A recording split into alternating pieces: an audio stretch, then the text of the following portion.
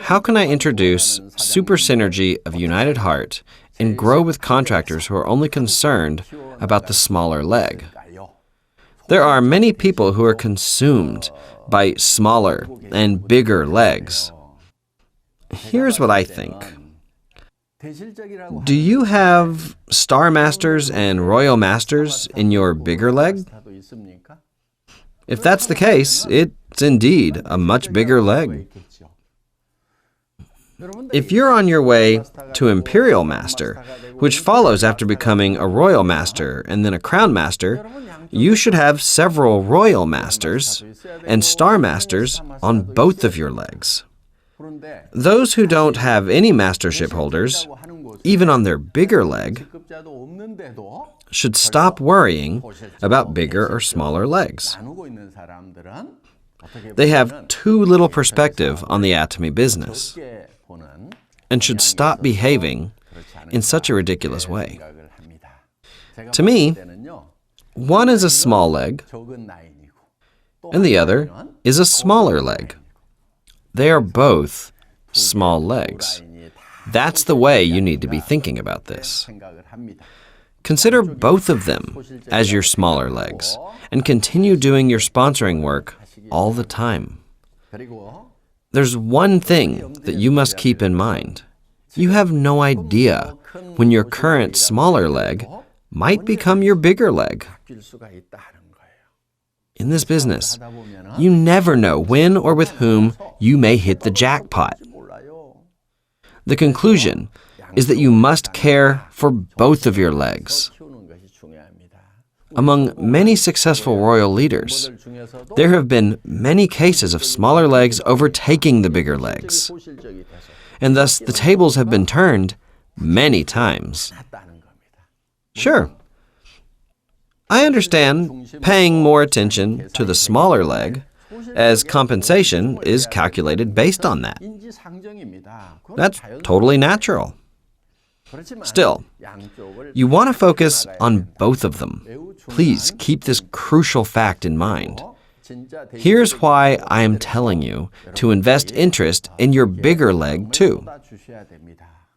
Later, when both of your legs finally become big, and you become a successful leader who is paid handsome compensation, when you're raking in money, if you aren't respected by your partners, your success is really only a half success. That's why, in addition to making a lot of money, you truly want to become a complete, respectful leader.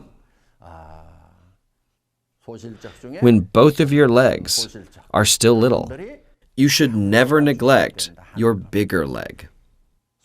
Both your small leg and your smaller leg must be well cared for. Got it?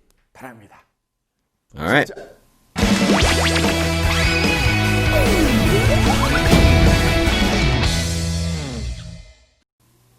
Next question. I hear quite often, I'll make you a line. I'll take care of one line for you. What is the right way of doing a binary business and maintaining your organization?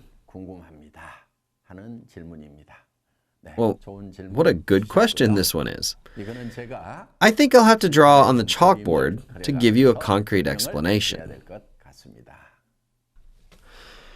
The best way to expand your business. I believe that there's no such thing as a sure thing. I'll share with you what's been talked about frequently. It's something like this. I heard there's such a thing as a sponsor line. The sponsor line is also called the original line, which will be totally taken care of by the sponsor.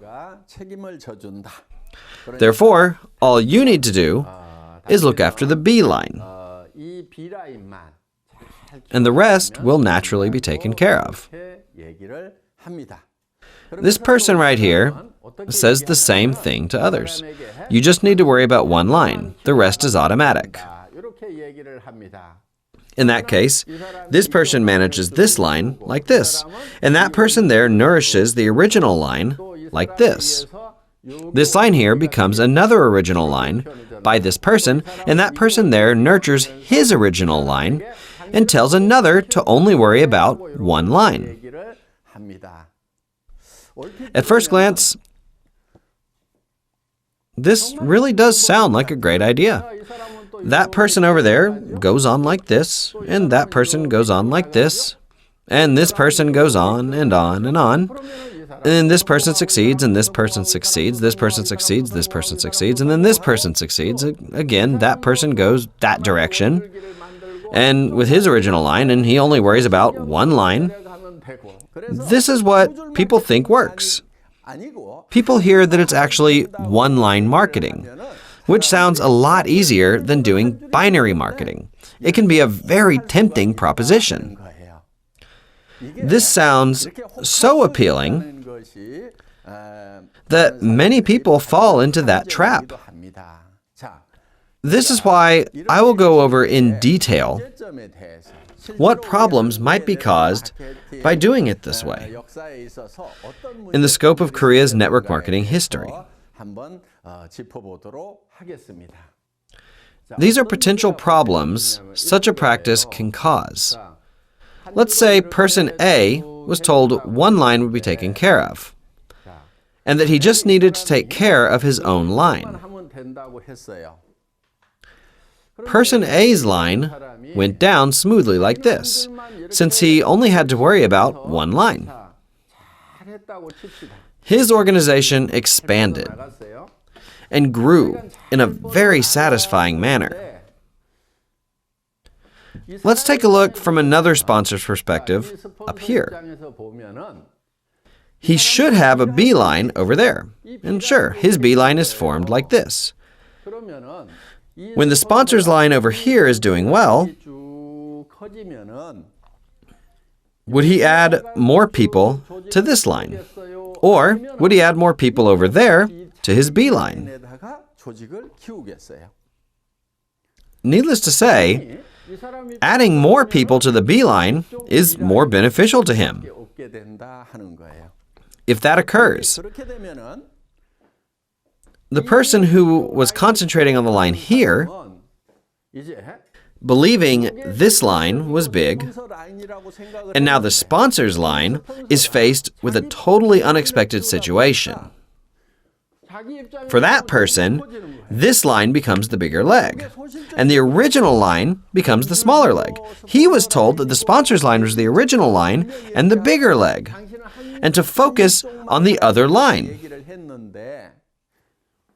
But now, he's faced with this kind of problem. In the end, the other sponsor and person A wind up fighting and risk destruction of the entire thing. In some severe cases, okay, I'm going to stick to this line. If you don't keep your word, I will destroy you. They become spiteful, and the situation escalates to some very ugly destruction. They wind up in a mutually harmful situation. Actually, that case happened when this person's line grew well. This person's line grew well, but he was told that the original line would be guaranteed. Still, this kind of problem couldn't be avoided. Another problem that can occur in this situation is that the original line grows well while your line doesn't. Since your line doesn't expand, you're not making any money, which creates even worse problems. Another lesson. This is not a smart way to start out. Between this well-balanced group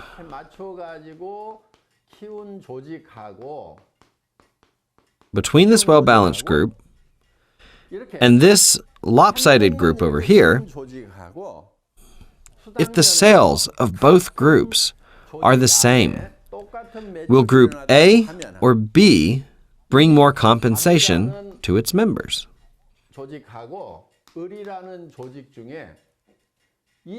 Members of Group A or members of Group B? Naturally, the members of Group B. And I'll tell you why. This person gets no compensation here. No compensation for this person, this person. There are many people who collect no compensation here. In the meantime, this person is compensated and this person and so on. And there are a lot more people who get compensation. The total sum of members' compensation is greater in this group, so they can grow, prosper together, and energize each other in the long run. In the meantime, this organization will not be able to weather the times because the members cannot reap what they sow. As you can see, doing business this way is inherently inefficient, and relying on one line as the main line is not very desirable. Rather, when a sponsor and a partner gather their hearts and efforts together to foster a balanced organization, things will go much more smoothly.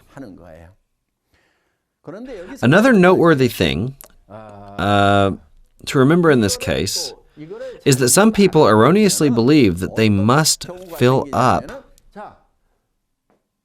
these empty spaces and link up the lines to make it look like a complete matrix.